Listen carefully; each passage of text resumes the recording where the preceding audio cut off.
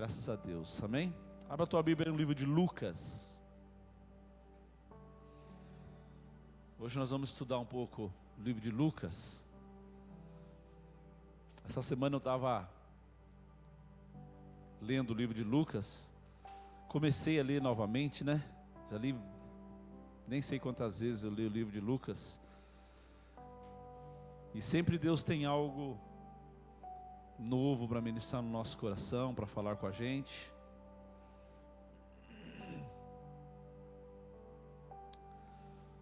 Amém. Lucas capítulo 1, versículo 1. Vamos ler só os 4 primeiros versículos. Muitos já se dedicaram a elaborar um relatório dos fatos que se cumpriram entre nós, conforme nos foram transmitidos por aqueles que desde o início foram testemunhas oculares e servos da palavra. Tem umas traduções aí que não está servo, está ministro, né? Quem tem essa tradução? Ministro, né? Uma vez o pastor José Rodrigues estava explicando o que significa ser ministro, né? Ele fala que é as pessoas do último porão, né? O que é isso? Naquela época existiam os barcos, né? E lá no fundo, no último porão, existiam os remadores, aqueles que não viam a luz do sol. Eles viviam para remar. Ali eles comiam, ali eles faziam suas necessidades e ali eles morriam. Qual que era a função da vida deles? Remar, levar o barco para algum lugar. E esses eram chamados de ministros. Depois disso, você quer ser ministro, meu irmão? Né? Porque muitos querem ser ministro, né? Só que não tem. Você tem que pegar a raiz da palavra e ver de onde saiu isso, né? Porque ministro hoje tem que ter um carro importado, uma boa casa, uma casa de praia, um sítio, fazer viagens, né? Ser ministro assim é fácil, né? Agora eu quero ver você ser ministro do último porão, ministro da palavra. Você mudou a versão? Põe a outra versão. Isso. Eu mesmo investiguei tudo cuidadosamente, desde o começo, e decidi escrever-te. Ele está escrevendo para alguém. Presta atenção nos verbos da palavra. Um relatório ordenado, ó excelentíssimo Teófilo. Então a carta que Lucas vai escrever, ela é endereçada a alguém, para que tenhas a certeza das coisas que te foram ensinadas. Amém? Pai, em nome de Jesus, nesta manhã ministra ao nosso coração a Tua palavra. Nos ensine, Senhor, um pouco mais da Tua palavra nessa noite, nessa manhã. Que possamos sair daqui, Senhor amado, leves e abençoados e ministrados. Em nome de Jesus Cristo, amém. Então hoje, meu irmão, eu quero ensinar um pouquinho para vocês a respeito daquilo que Lucas se preocupou em fazer, né? Hoje a gente vai conhecer um pouquinho sobre esse homem aí, esse grande homem. Lucas era uma pessoa culta, dizem que ele era um médico, né? Daquela época. Então tinha todo um conhecimento, mas era um homem que, apesar de todo o conhecimento que ele tinha, era um homem que tinha um coração no Senhor. Um homem transformado, um homem mudado, né? E eu quero fazer uma pergunta aqui, meu irmão. Qual a importância da palavra na minha vida? Eu tenho que começar por aqui. Qual que é o nível de importância da palavra na minha vida? Até onde eu realmente entendo e vivo isso. Numa escala, meu irmão, numa escala de prioridade, numa escala de posição, aonde a palavra está na nossa vida, de 1 a 10, né? 1, mínimo possível, 10, o máximo possível. Numa escala de 1 a 10, aonde a palavra se encaixa em você? Você tem que saber responder isso. Na escola, se tirar 5, vai passar raspando, né, Natan? Lá na escola do Natan não é 5, a média é 7. Já é uma... é 7 lá, né? Tirou menos de 7, tirou 7, vai passar raspando, meu irmão. Tirou menos de 7, vai ser reprovado. Então vamos tirar essa base aí pelo reino de Deus, né? Você vai passar, você vai ficar e no reino de Deus não tem recuperação. Na recuperação acho que vai ter na grande tribulação, né?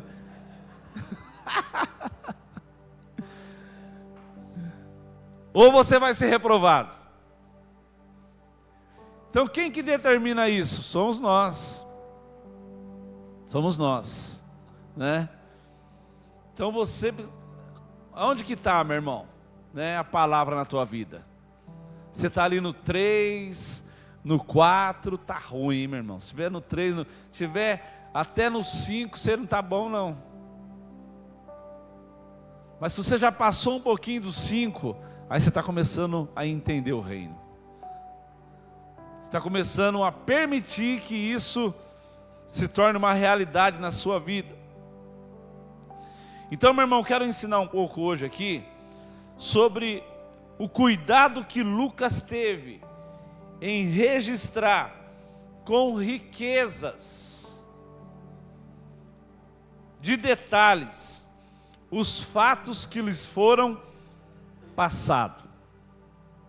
Então Lucas, meu irmão, ele tinha lá o dia a dia dele, tinha as responsabilidades dele, como eu tenho as minhas responsabilidades, como você tem as suas responsabilidades. Meu irmão, aprenda uma coisa: nunca as responsabilidades que você tem, os deveres que você tem, podem servir de desculpa para você não fazer aquilo que você tem que fazer no reino. Amém? Nunca. Esse dia eu estava conversando com o Estevão, meu filho, e eu estava dando umas direções para ele sobre o que ele precisa fazer. E ele estava falando para mim assim: pai, mas eu não tenho tempo, né? E eu só ouvindo, né, meu irmão? Se ele não tem tempo, imagina eu, né? Não tenho tempo, eu faço isso, eu faço aquilo outro. Aí eu peguei um exemplo de uma pessoa que está aí envolvida no meio da política de São Paulo.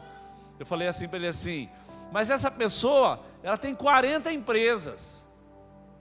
Como que essa pessoa vai fazer para cuidar de 40 empresas? Como que um homem cuida de 40 investimentos, irmão? Como que o homem acha tempo para fazer um negócio desse? Eu falei assim: então você tem que achar um tempo. Então, meu irmão, você sempre vai ter coisa para fazer. Você vai estar sempre envolvido com seus negócios, né? Aquele que é empresário, aquele que tem sua empresa, igual eu, a Ariana, né? Outras pessoas aí, o Rodolfo, são pessoas que têm suas empresas. Você trabalha numa empresa, você vai para a escola, você tem seus afazeres, mas isso não pode servir de desculpa para você não fazer aquilo que você tem que fazer. Então, Lucas está nesse contexto, meu irmão. Ele tem as responsabilidades dele, vai cuidar de pessoas, e daqui tem a família dele. Mas a Bíblia vai dizer que ele, meu irmão, vai se preocupar. Ele vai se preocupar em fazer um registro que vai ficar para a história. E você vai ver como ele é detalhista naquilo que ele vai explicar. Você pega, se você tiver curiosidade, ou desejo de ler os 4 evangelhos, Mateus, Marcos, Lucas e João. Se você for ler os 4 evangelhos, meu irmão, você vai ver que o mais profundo deles é Lucas. O menos assim é Marcos. Mas você vai ver, não é questão disso, é que cada evangelho foi escrito para um determinado público. Você vai ver isso, né? Mateus vai endereçar o evangelho, mostrar o evangelho para um tipo de pessoa, Marcos para outro tipo de pessoa, Lucas para outro tipo de pessoa e João para outro tipo de pessoa. E aí você estudando a Bíblia, meu irmão, você vai ver que Lucas, ele não foi uma testemunha ocular de Jesus. Lucas não viveu nos dias que Jesus viveu, né? Ele não foi uma testemunha ocular, não viu os milagres de Jesus. Ele não foi, porque o texto vai falar o quê? Que ele vai fazer uma pesquisa de campo. Ele vai em busca de pessoas que viveram no tempo do Senhor Jesus Cristo. Então, meu irmão, ele vai relatar aquilo que foi fruto de uma profunda busca e de uma profunda pesquisa de campo. Então, talvez nas horas vagas dele, ele sai, vai viajar para um determinado lugar, né? E lá tem pessoas que viveram no tempo de Jesus. Então, dá a entender ali que eu não pesquisei para saber direitinho, depois talvez eu possa ver isso, quantos anos se passaram ali. Mas ele vai buscar homens que já estão com uma certa vivência e viram, testemunharam, viram, né? Experimentaram, andaram ao lado do Senhor. Então ele vai lá pesquisar, olha, como que foi que isso aconteceu? Como que aconteceu o relato, como que Jesus nasceu, como que foi o nascimento, como que foi o envolvimento dele com os fariseus, e ele começa a fazer um levantamento, como que foram os milagres, como que aconteceu o milagre do cego de Jericó, como que aconteceu o milagre, né, a conversão de Zaqueu, como que foi isso, e ele começa ali, meu irmão, a relatar os fatos, pesquisar. E interessante que o texto vai falar que ele vai escrever essa carta para um homem chamado Teófilo, né? Teófilo. Quem foi Teófilo? Teófilo, meu irmão, ele foi possivelmente um oficial romano. Ele não era judeu. Um oficial romano que teve uma experiência de conversão, que teve uma experiência com o Senhor, né? Como vários, por exemplo, Jairo, né? Jairo não, tinha um outro oficial romano lá, que o servo dele tá doente, e ele vai atrás do Senhor. Então você vai entender que várias pessoas do alto escalão romano se converteram, e Teófilo possivelmente era um desses homens, e ele foi um homem que gostava de estudar a palavra. E Lucas, o que acontece? Possivelmente Teófilo estava recebendo informações equivocadas do Evangelho de Jesus, porque não havia muita informação naquela época, meu irmão. Não havia material, não havia livros, o que era de boca em boca, era mais ou menos isso que acontecia. E Lucas, preocupado com a má informação que Teófilo talvez estava sendo influenciado por discursos errôneos, o que ele vai fazer? ele vai sair a campo para fazer uma pesquisa, para ministrar a vida de Teófilo a maneira mais correta possível. Olha que preocupação, meu irmão. Isso é algo que talvez nós deveríamos ter, né? Essa preocupação de passar uma informação, de levar um evangelho puro para as pessoas. Então, Lucas está vivendo isso, meu irmão. Ele vai fazer uma pesquisa de campo para poder ensinar, né? Ensinar os interesses para Teófilo. Então, meu irmão, possivelmente Lucas, ele se preocupa em escrever para ele, pelo fato de seu conhecimento, do conhecimento de Teófilo, ser um conhecimento incompleto. Ser um conhecimento incompleto. E é possível que exista, meu irmão, um perigo de que ele tenha o quê? Uma má orientação do evangelho. E ele, preocupado com isso, ele sai a campo para levantar informações corretas, para trazer fatos verídicos, meu irmão, para dar uma boa instrução para Teófilo. Talvez Teófilo fosse um amigo dele. Então, olha, meu irmão, que coisa interessante. Ele se preocupa com isso. Uma coisa que a gente deveria fazer. Se preocupar em passar um bom ensino para as pessoas. Se preocupar em dar uma boa direção para as pessoas. A gente se preocupa aqui, meu irmão. Quando eu venho pregar, eu me preocupo em trazer uma boa orientação para vocês. Amém? E vocês têm que pesquisar para ver se o que eu estou falando é verdade. Se o que eu estou ensinando é verdade. Então o que acontece? Lucas, ele vai dirigir o evangelho dele para quem? Para os gentios.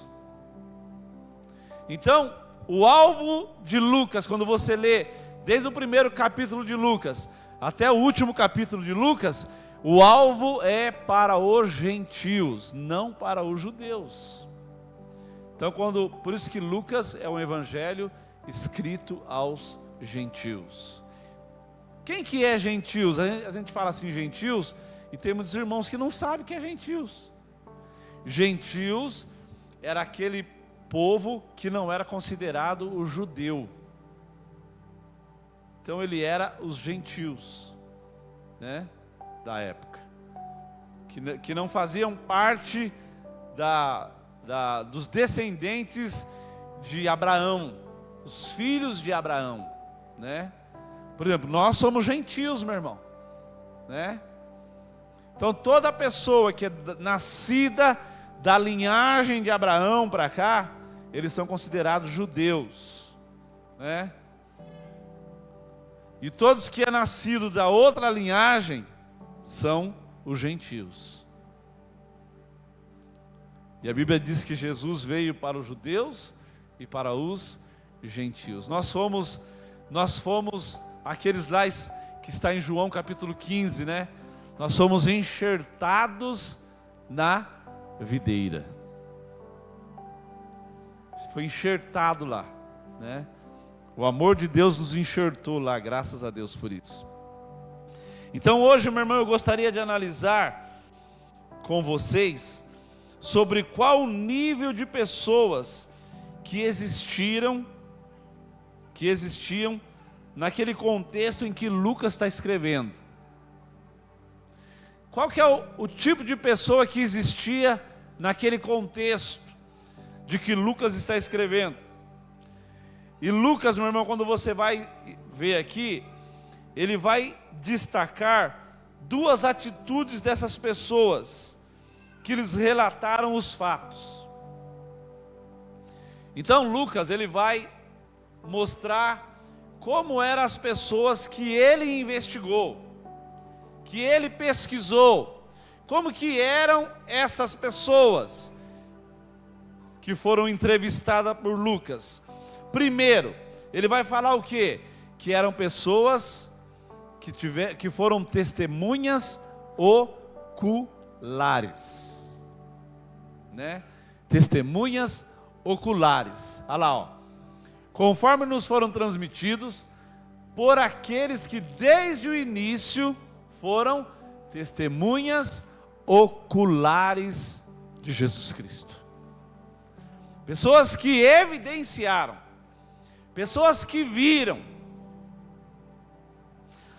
Esse termo, meu irmão, testemunha oculares, é muito mais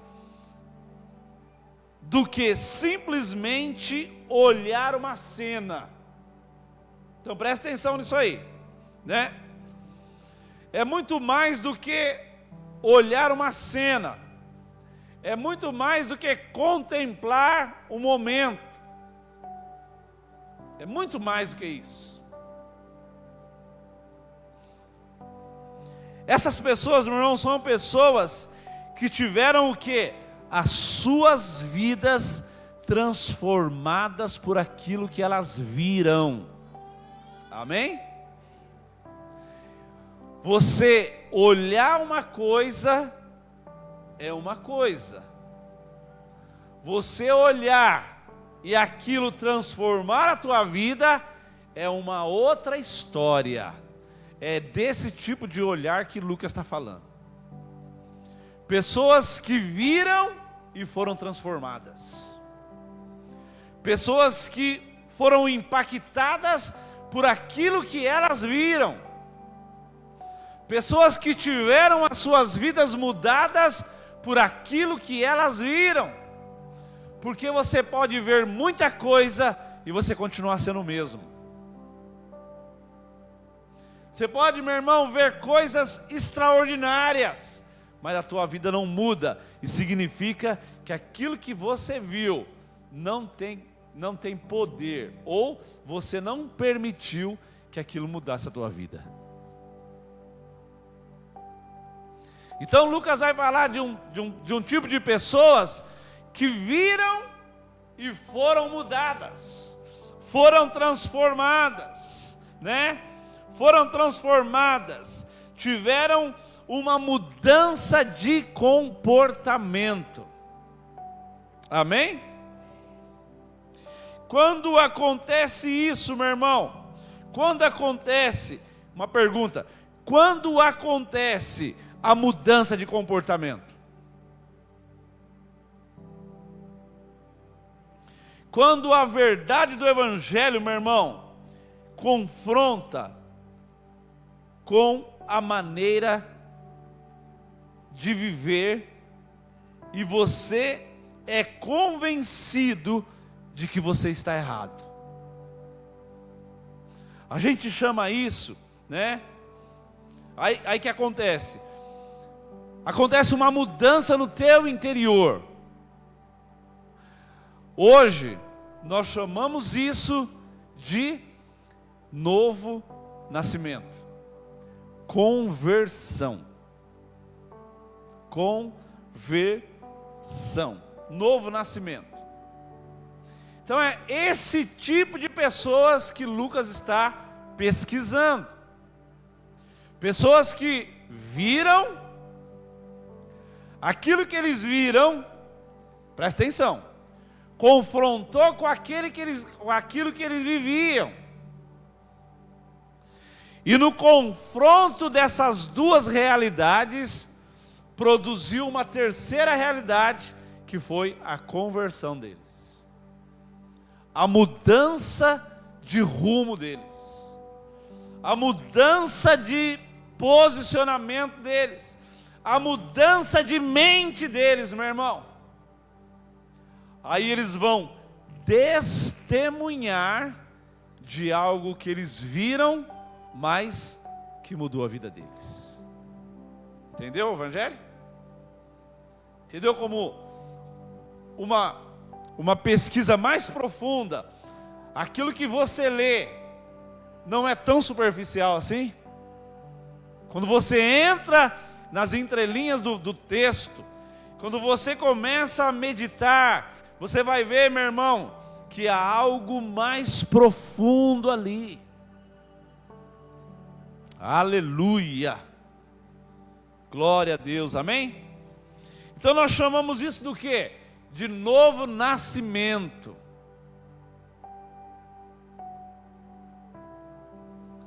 Isso é novo nascimento, meu irmão. Esse dia eu estava vendo um líder do Espiritismo falar sobre a reencarnação. E ele estava falando assim, na Bíblia você não vai achar nenhum versículo que fala sobre a reencarnação, mas você vai ver um texto que comprova isso. Aí ele usa o texto de Nicodemos. Quando Nicodemos se encontra com Jesus à noite, e Nicodemos é um líder espiritual daquela época, e Nicodemos começa a questionar Jesus, e Jesus fala para ele assim, Nicodemos, né? Começa a falar isso, aquilo, né? E Jesus fala para ele assim, quem não nascer da água e do Espírito, não pode entrar no reino do céu. Aí Nicodemos fala, Senhor, mas como que eu posso nascer de novo? Sendo eu já velho, como que eu posso voltar ao ventre da minha mãe? Aí esse homem pega esse texto e deturpa ele. Fala que Jesus está falando da reencarnação. Não, Jesus não está falando da reencarnação. Jesus está falando justamente disso que eu estou falando aqui, meu irmão. Que você precisa nascer de novo é no teu espírito. Porque o problema, meu irmão, da nossa carne ser deformada hoje, o problema da nossa tendência pecaminosa hoje é que o nosso espírito morreu. Ele se afastou da fonte da vida. Aí nós herdamos uma natureza maldita e pecaminosa. Então quando o Senhor está falando isso, meu irmão, está dizendo que quando a verdade, ela choca, meu irmão, com a nossa alma, né? E aquilo ali a gente é convencido de que nós estamos errados, de que nós estamos caminhando errado, e nós paramos e voltamos, aí Jesus fala, aí acontece o novo nascimento.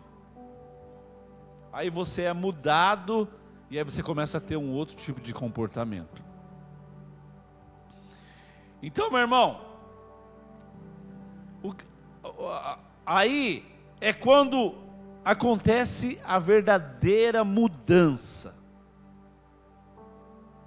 É quando você muda, meu irmão, não por interesse.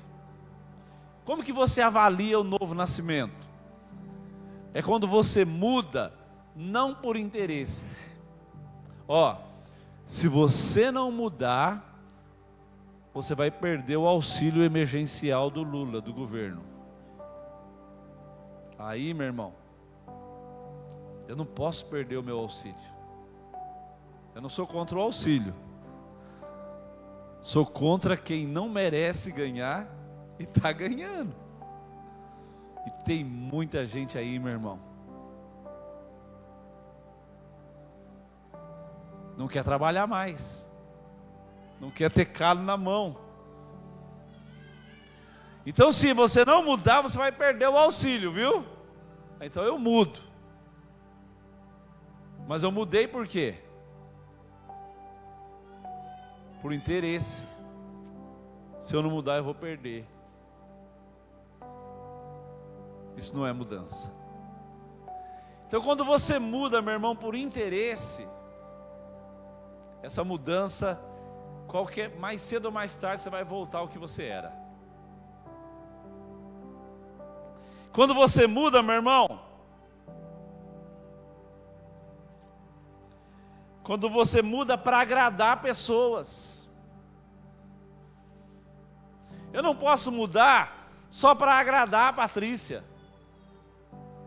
É lógico que eu tenho que agradá-la, mas essa não tem que ser a fonte da minha mudança.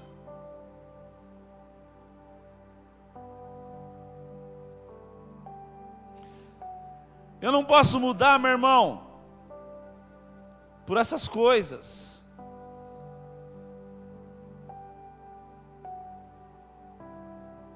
Nós temos que mudar, meu irmão, porque nós temos que ser convencidos pela palavra de que nós somos pecadores. Aí tem que acontecer a mudança. Quando a mudança, a raiz dela é essa, aí você se torna aquela pessoa que Lucas vai pesquisar e falar assim: eles foram testemunhas, eles tiveram as suas vidas mudadas. Então, é esse tipo de coisa, meu irmão, sabe? Quando a palavra chega e fala assim: olha, você está adulterando, e o adultério é pecado, você não vai entrar no céu, e aquela palavra entra dentro de você, meu irmão, e aí começa a te incomodar, e aí você para de fazer aquilo, por causa da palavra que confrontou você, e aí você... Olha, você está mentindo, olha, você está fazendo isso, você está fazendo aquilo, você está tendo um comportamento errado, e a palavra vai lá, meu irmão, e ela começa, e aí você é confrontado pela palavra, e aí você muda por causa da palavra. Aí essa mudança, é uma mudança, meu irmão, que causa impacto. Causa impacto onde você vive, causa impacto na tua família, causa impacto no teu trabalho. Aí você se torna o quê? Testemunha ocular ao que você experimentou. Amém? Se você não conseguir, meu irmão, passar por essa experiência, você não consegue ir para o segundo passo que Lucas fala. Então qual foi o primeiro passo? Testemunha oculares, é o primeiro tipo de pessoas. Aí para você ir para o segundo tipo de experiência, que ele fala o quê? Servos da palavra. Então eles eram, primeiro, testemunha oculares, tiveram uma profunda experiência. Segundo, eles eram servos da palavra, amém? Então vamos entender, meu irmão, o que significa isso. Vamos cavar um pouco mais fundo aqui, para você entender se você realmente, se eu e você estamos dentro desse tipo de pessoa. Primeiro você tem que entender o que significa servo.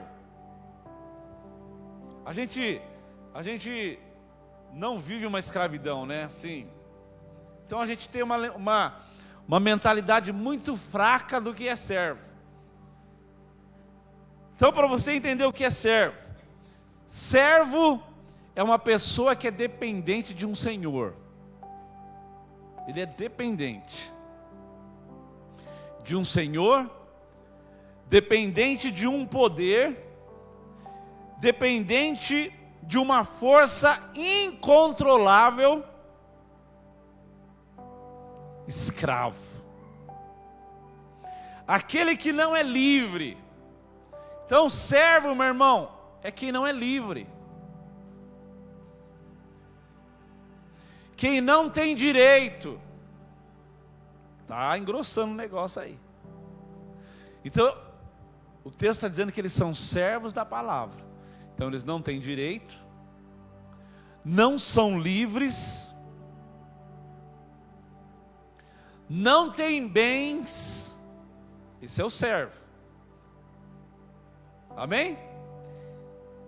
Quem não é livre, privado da sua liberdade, quem age com obediência, servindo a alguém. Então isso é o significado da palavra servo. Agora, meu irmão, olha que coisa interessante. Por que que o evangelho não funciona hoje na vida das pessoas? Por que que o evangelho não funciona na minha vida? Você parou para perguntar isso? Estou dentro da igreja, estou ouvindo a palavra, E o evangelho não funciona.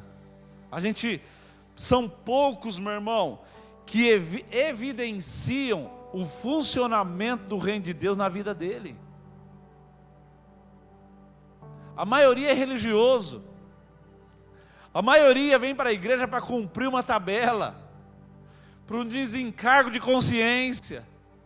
Mas na prática, no dia a dia, meu irmão, quando tem que funcionar, não funciona. Não funciona. Por quê? Sabe por que não funciona? Porque eu sou servo, presta atenção nisso, quando me convém ser servo.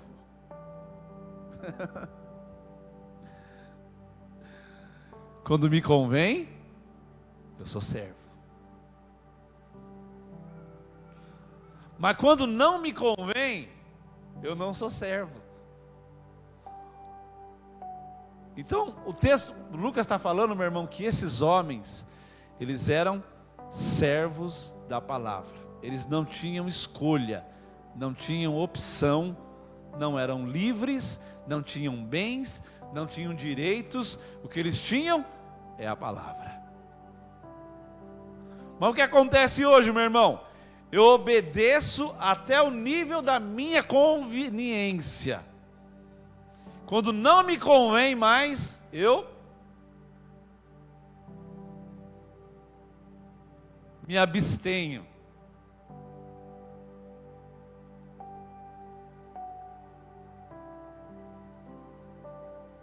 Então, meu irmão,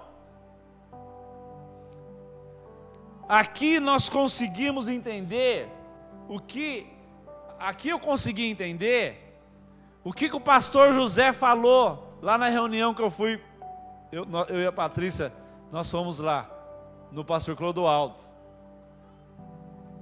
Que ele fala, meu irmão, que nós não podemos servir ao Senhor por obediência.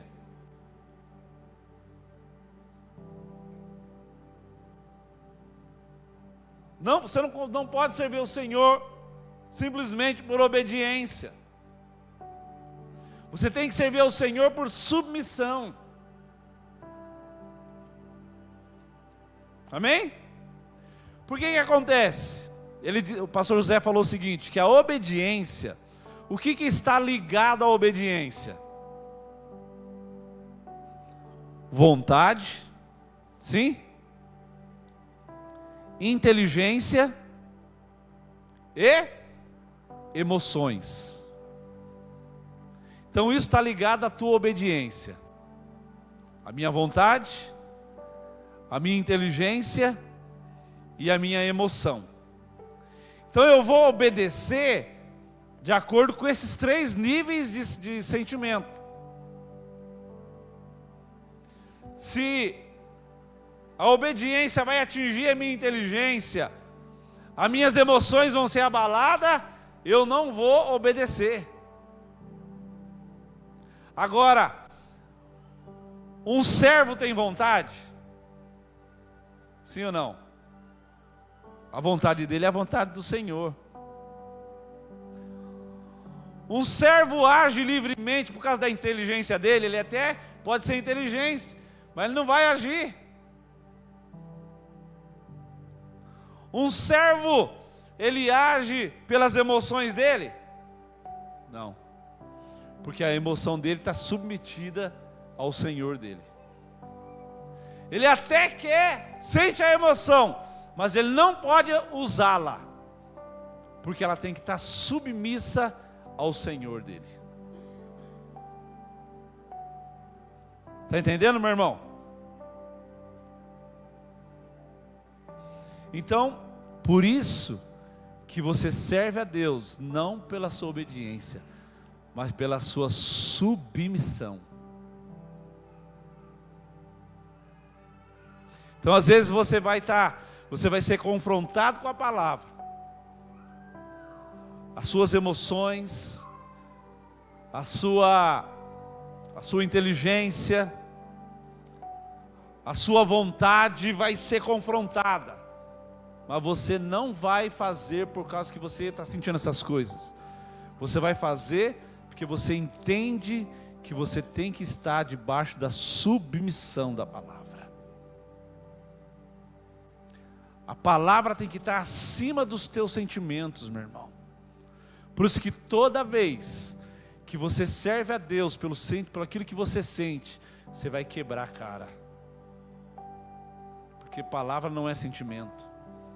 A palavra é submissão. O Senhor disse e eu me submeto. Amém?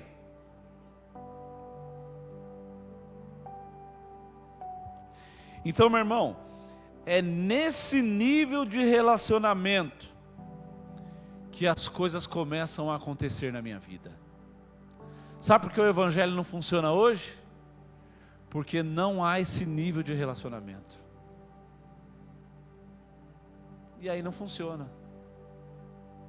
Aí eu não vejo milagres. Aí eu não... Meu testemunho é fraco demais, né? O meu entendimento de Deus é muito superficial. E aí eu não consigo ser testemunha ocular e servo da palavra. Aí o evangelho não funciona. Aí você vê esse evangelho hoje ralo, fraco, miserável, que não consegue impactar a minha vida, que não consegue mudar, que aquilo que eu falo não tem peso, aquilo que eu vivo não tem peso, por causa disso. Então Lucas, meu irmão, esse tipo de pessoas que Lucas vai buscar, são pessoas que estão vivendo esse nível de evangelho. Por que o evangelho expandiu para fora naquela época? Porque isso que eu estou falando, meu irmão, as pessoas viviam. Meu irmão, a grande realidade hoje é, se encostarem você na parede, você vai espanar.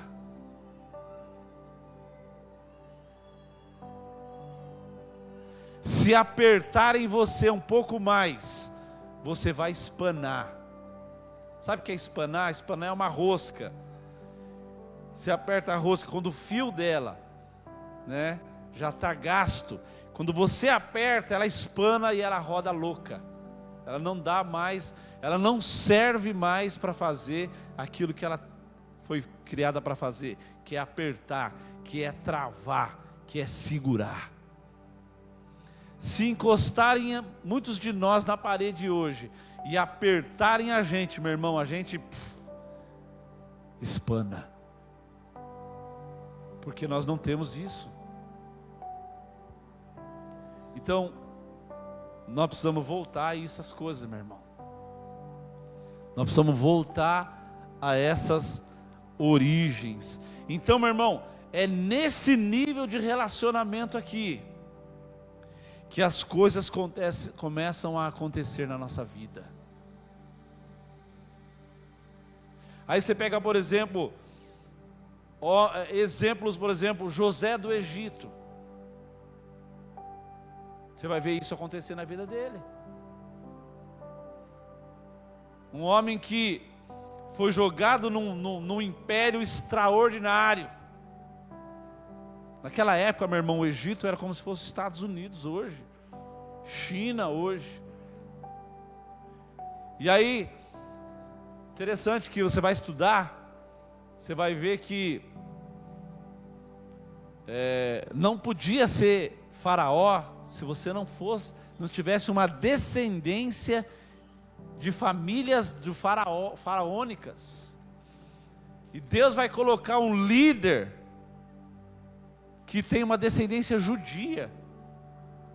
Ele vem quando menino, né? E ele ali é trabalhado, né? E quando e aí ali cria-se um povoado muito grande. E aí quando há uma debilidade na família dos egípcios, alguém precisa ser levantado. E quem é levantado? José do Egito. Mas você vai ver a vida de servo dele, né? Assediado por uma mulher, mas ele rejeita. Vai para a cadeia, mas ele se levanta ali, por quê? Porque esses princípios funcionam na vida dele. Você vai pegar, por exemplo, Abraão, onde ele é levado a um nível de sacrifício profundo, as emoções dele estão gritando dentro dele: não faça isso, é o seu único filho, aquele que saiu das tuas entranhas, aquele que você ama. Ele não ouve as emoções dele, ele não ouve a consciência dele. O que ele vai fazer? Ele vai ouvir, ele vai obedecer, meu irmão. Ele vai se submeter. Aí quando ele se submete, ele entra num nível de relacionamento com Deus que ele nunca havia conhecido ainda. Sabe quando você vai começar a ter experiências sobrenaturais com Deus, meu irmão? Quando você aprender a se submeter a Ele, independente do que você está sentindo. Quando você entrar nesse nível de relacionamento, meu irmão, em que você submete, Deus fala: vai para a direita e você vai para a esquerda você vai, pare e você pare. Quando você entrar nesse nível de submissão, aí você vai ver milagre começar a acontecer na tua vida. Porque tem muitos de nós aqui, meu irmão, que já tem 10, 20 anos na igreja e você ainda não experimentou um milagre na tua vida. Aquela coisa que você fala assim: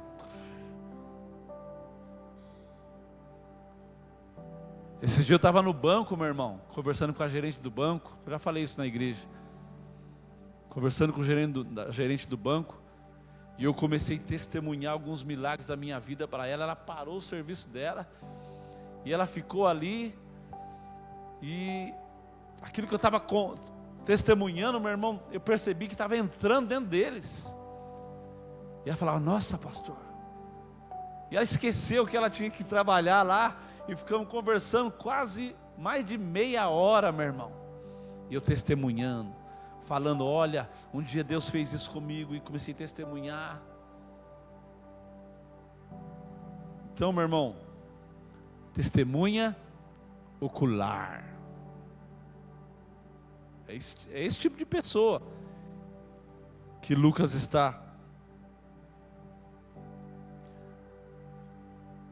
E os próprios discípulos, né? Os próprios discípulos. Se você for pegar a história dos discípulos, todos eles, com exceção de João, foram mortos de maneira terrível. Uns foram amarrar os pés dele numa corda, amarraram num cavalo e saíram correndo, arrastando ele pelas ruas. A pele deles, meu irmão, ficou pelo caminho, mortos, arrastados. Outros foram jogados de penhascos, outros foram mortos à espada, outros foram crucificados, outros foram decapitados, outros, né? Nero, o que fazia? O louco do Nero, meu irmão, passava piche nos irmãos, amarravam eles na entrada da cidade de Roma, e quando escurecia, metia fogo neles, para iluminar a cidade com o corpo dos nossos irmãos. Mas eram pessoas que não se dobraram. E para terminar, o próprio Jesus Cristo, lá no Monte das Oliveiras, ele está lá, próximo de ser entregue para os romanos, ele vai orar junto com os discípulos, né? E a Bíblia diz que a agonia dele era tamanha que ele começa a suar sangue. Quando acontece isso, meu irmão, é um estágio de profunda angústia. Os poros da pessoa se abrem e o sangue começa a sair pelos poros. É um nível de angústia profundo. É nesse nível que Jesus Cristo estava, onde as emoções dele, meu irmão, estavam a ponto de ele chegar a falar para Deus: Senhor, passa de mim isso, eu não quero enfrentar isso, mas que seja feita a tua vontade. Esse é o nível de submissão. Ele se submete, meu irmão. Amém? Aprendeu alguma coisa hoje?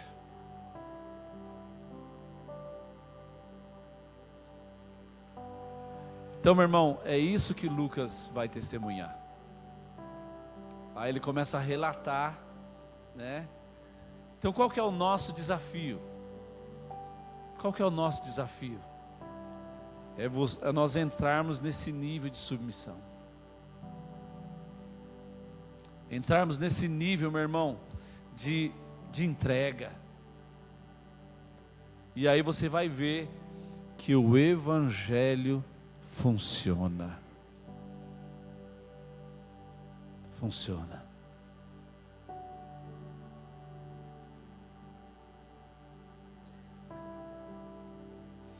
Amém? Feche teus olhos em nome de Jesus. Pai, em nome de Jesus, nós te agradecemos nesta manhã pela tua palavra. Tua palavra vem, ó Deus, para nos curar, para nos abençoar, para mover, Senhor, sobre as nossas vidas, para nos confrontar, Senhor, com a nossa maneira de viver, para nos confrontar com os nossos posicionamentos. Eu te louvo pela vida de Lucas, Pai. Esse homem que se dispôs, ó Deus, a escrever um evangelho que traz com tantas riquezas de detalhes aquilo que o Senhor viveu. Te agradeço pela preocupação dele, Pai, por ter gasto o tempo da sua vida para pesquisar, investigar, para se preocupar, Senhor amado, em ensinar para Teófilo as coisas corretas, aquilo que ele deveria aprender, ó Pai, para que ele não fosse traído por pessoas, ó Pai, com más intenções. Ó Deus, gera em nós, ó Pai, essa mesma preocupação de viver um evangelho na sua essência. Gera em nós, ó Pai, essa mesma determinação, Senhor, de sermos testemunhas oculares, de vivermos aquilo que experimentamos do Senhor. Leva-nos, ó Deus, a sermos verdadeiramente servos da Tua palavra, Senhor. Onde nós não temos direito, não somos livres, não temos bens, onde nós somos os trabalhadores do último porão, Pai. Senhor, é nesse nível que o Evangelho começa a funcionar, que nós começamos a testemunhar milagres, que nós começamos, ó Deus, a vislumbrar coisas extraordinárias do Senhor, Pai. Ó Deus, em nome de Jesus, nós te agradecemos por essa palavra. Obrigado, Pai, em nome de Jesus. Amém.